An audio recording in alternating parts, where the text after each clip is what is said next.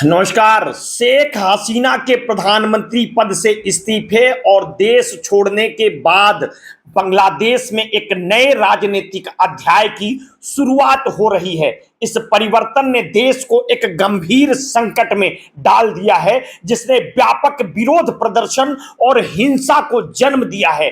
शेख हसीना के इस्तीफे के बाद आरक्षण के खिलाफ शुरू हुए प्रदर्शनों ने 100 से अधिक लोगों की जान ले ली और कई लोग घायल हुए हैं। इन घटनाओं के परिणाम स्वरूप बांग्लादेश के अल्पसंख्यक हिंदू समुदाय और उनके मंदिरों पर हमले हुए हैं, जिससे सामाजिक और धार्मिक तनाव बढ़ गया। नवगठित अंतरिम सरकार ने इस संकट से निपटने के लिए विभिन्न कदम उठाए हैं। गृह मामलों के सलाहकार ने सार्वजनिक रूप से माफी मांगी और अल्पसंख्यक समुदाय की सुरक्षा में विफलता को स्वीकार किया। इसके अलावा अंतरिम सरकार के प्रमुख सलाहकार मोहम्मद यूनुस ने ढाकेश्वरी मंदिर का दौरा किया और अल्पसंख्यकों के साथ एकजुटता जताई। उन्होंने लोकतांत्रिक अधिकारों और मानवाधिकारों की सुरक्षा की दिशा में ठोस प्रयासों की भी बात कही है। इस समय बांग्लादेश एक महत्वपूर्ण मोड़ पर है, जहां नई सरकार की नीतियों और उनके प्रभाव पर सबकी निगाहें लगी हुई हैं। देश के लिए यह क्षण न केवल राजनीतिक स्थिरता की ओर बढ़ने का अवसर है, बल्कि समाज में शांति और सुरक्षा स्थापित करने की चुनौती भी पेश करता है। बीबीसी की रिपोर्ट के अनुसार बांग्लादेश में शेख हसीना के प्रधानमंत्री पद से इस्तीफा देने और देश छोड़ने के बाद नई अंतरिम सरकार अस्तित्व में आ चुकी है। आरक्षण के खिलाफ शुरू हुए विरोध प्रदर्शन 5 अगस्त को शेख हसीना के इस्तीफे के बाद खत्म हुए थे। विरोध प्रदर्शन में 100 से ज्यादा लोगों की मौतें हुई थी, जबकि कई लोग घायल हुए थे। वहीं शेख हसीना के देश छोड़ने के बाद बांग्लादेश के अल्पसंख्यक हिंदू समुदाय और उनके मंदिरों पर हमले की लगातार खबरें सामने आई थी। इन हमलों और अल्पसंख्यकों की सुरक्षा को लेकर अंतरिम सरकार जिस तरह से बयान देते दिख रही है, उससे ऐसा लगता है वो अल्पसंख्यक समुदाय को लेकर गंभीर हैं। सोमवार को अंतरिम सरकार में गृह मामलों के सलाहकार सखावत हुसैन ने अल्पसंख्यकों से हाथ जोड़कर माफी मांगी थी। मंगलवार को बांग्लादेश के प्रमुख सलाहकार मोहम्मद यूनुस ढाका के विख्यात ढाकेश्वरी मंदिर पहुंचे। नोबेल पुरस्कार विजेता अर्थशास्त्री मोहम्मद यूनुस बांग्लादेश की अंतरिम सरकार के प्रमुख सलाहकार हैं। एक तरह से वो इस सरकार के प्रमुख हैं। अल्पसंख्यक समुदाय के साथ एकजुटता दिखाते हुए वो मंगलवार को देश के एक प्रमुख हिंदू मंदिर ढाकेश्वरी मंदिर गए। ढाकेश्वरी मंदिर में उन्होंने पत्रकारों से बातचीत में कहा कि जब मैं हवाई अड्डे पर उतरा तो मैंने कहा था, हम एक ऐसे बांग्लादेश को बनाना चाहते हैं जो एक परिवार हो। यहाँ परिवारों के बीच भेद करने का सवाल ही नहीं उठता है। हम बांग्लादेश के लोग हैं और बांग्लादेशी लोग हैं। मोहम्मद यूनुस ने कहा, हमारी सभी समस्याओं की जड़ यह है कि हमने जो भी संस्थागत व्यवस्थाएं की हैं वे सड़ चुकी हैं। अगर न्याय होगा तो किसे न्याय नहीं मिलेगा। हमें लोकतांत्रिक अधिकारों और अभिव्यक्ति की आजादी स्थापित करनी होगी। हमें मानवाधिकारों को स्थापित करना है। यही हमारा मुख्य लक्ष्य है। उन्होंने बांग्लादेश के मौजूदा हालात का हवाला देकर लोगों से धैर्य बनाए रखने की अपील की है। उन्होंने कहा कि इस समय हर किसी की मदद की जरूरत है। मोहम्मद यूनुस ने कहा कि आप धैर्य बनाए हुए हैं, इससे हमें मदद मिल रही है। बात पर बाद में विचार कीजिएगा कि मैंने क्या किया और क्या नहीं किया।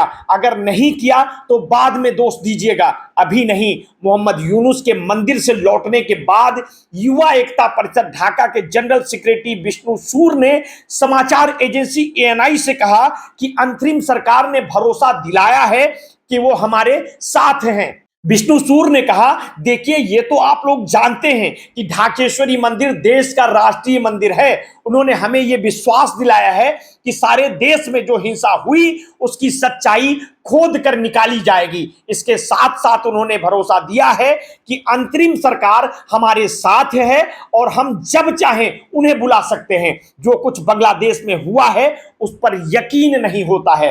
1971 के बाद से ही जब भी सत्ता परिवर्तन होता है सबसे पहले हम पर ही हमला होता है। सभी राजनीतिक दल हमारे ऊपर ही अपना गुस्सा उतारते हैं। समझ नहीं आता है कि हमारे साथ ऐसा क्यों होता है। सब दल कहते हैं कि हम आपके साथ हैं, लेकिन आज तक हमारे खिलाफ हुए किसी भी अपराध पर गंभीरता से विचार नहीं किया गया। उन्होंने कहा कि मंदिर जलता है, गिरजा जलता है, हिंदुओं की दुकानें जलती हैं, लड़कियां अगवा होती हैं, लेकिन इन सब अपराधों के लिए किसी को सजा नहीं होती। हमें सजा मत दीजिए, हम सब बांग्लादेशी हैं, ये देश हमारा है। Bangladesh Hindu Buddhist Christian unity council और बांग्लादेश पूजा उत्पन्न परिषद का दावा है कि शेख हसीना सरकार के गिरने के बाद से 52 जिलों में अल्पसंख्यकों पर हमले की 205 घटनाएं हुई हैं।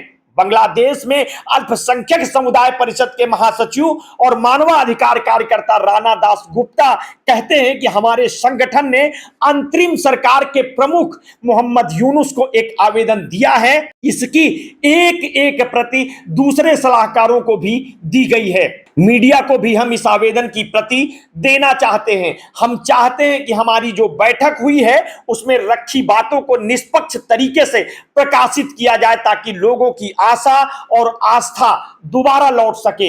एक अन्य नेता ने कहा कि अंतरिम सरकार के प्रमुख सलाहकार ने एक अहम बात की है। उन्होंने शुरू में कहा था हम ऐसी व्यवस्था कायम कर देना चाहते हैं जिसमें अब कभी भी मंदिर के बाहर पहरा देने की नौबत ना आए। हमें उम्मीद है कि वो जो बातें कह रहे हैं वो ठोस साबित हों। उन्होंने कहा कि हमें संविधान की मूल चेतना में वापस लौट आना होगा। ये बिल्कुल ठीक है। हमने कहा कि हमें विचारहीनता की संस्कृति से निकल कर आना होगा। हमारी बातों पर सहमति जताई जानी चाहिए। वहीं अंतरिम सरकार में गृह मामलों के सलाहकार brigadier general retired M Sakhawat Hussain ने अल्पसंख्यकों को सुरक्षा देने में नाकामी पर भी माफी मांगी है। उन्होंने कहा है कि अल्पसंख्यकों को सुरक्षा देना बहुसंख्यकों की जिम्मेदारी है, लेकिन वो उन्हें सुरक्षा देने में नाकाम रहे। आप मस्जिद में जाकर 5 बार नमाज पढ़ते हैं लेकिन अल्पसंख्यकों को सुरक्षा नहीं दे पाए। ये हमारे धर्म में है कि अल्पसंख्यकों को सुरक्षा देना आपकी जिम्मेदारी है। आप नाकाम रहे, इसका जवाब देना होगा। उन्होंने कहा कि मैं अपने अल्पसंख्यक भाइयों से माफी चाहता हूं, भाई हमें माफ करें। अभी भी हमारे यहाँ हालात स्थिर हैं। हम हर जगह आपको सुरक्षा नहीं दे पाए। कुछ जगहों पर सिविल सोसाइटी के लोगों ने अल्पसंख्यकों को सुरक्षा दी है। पुलिस और रैपिड एक्शन फोर्स की हालत अभी भी अच्छी नहीं है, लेकिन हालात सुधरेंगे। सखावत हुसैन ने जन्माष्टमी और दुर्गा पूजा के लिए सभी तरह के सुरक्षा इंतजाम करने का आश्वासन दिया है। उन्होंने दुर्गा पूजा की छुट्टी 3 दिन तक बढ़ाने की भी सुझाव दिया है। उन्होंने कहा है कि पुलिस अंसार बीजीबी पूजा में जितनी सुरक्षा चाहेंगे मुहैया कराएंगे और इस मामले में जिला प्रशासक जिम्मेदारी लेंगे। हमारा काम हर किसी की रक्षा करना है, चाहे वो हिंदू हो, मुसलमान हो, ईसाई हो या फिर किसी और समुदाय का हो। मुझे उम्मीद है कि वे मेरी बातों से आश्वस्त होंगे। और उन्होंने ये भी कहा है कि हम नहीं चाहते हैं कि कोई तीसरा पक्ष देश को बदनाम करे। कई लोग कहते हैं यानी भारत जाएंगे, लेकिन कोई भी दोयम दर्जे का नागरिक नहीं बनना चाहता है। फिलहाल बांग्लादेश के हालात और आ रही वीडियो के अनुसार स्थितियां बहुत अच्छी नहीं हैं। अब आगे देखते हैं कि वहां की नई सत्ता व्यवस्था क्या कदम उठाती है। आगे की जो भी अपडेट होगी हम समय समय पर आपको पहुंचाते रहेंगे। आपने अगर अभी तक हमारे चैनल को सब्सक्राइब नहीं किया है तो तत्काल कर लीजिए। बेल आइकन दबाना बिल्कुल ना भूलिए। अपने स्वास्थ्य के प्रति सचेत रहिए, सजग रहिए, अपना ध्यान रखिए। बहुत बहुत धन्यवाद। साधुवाद।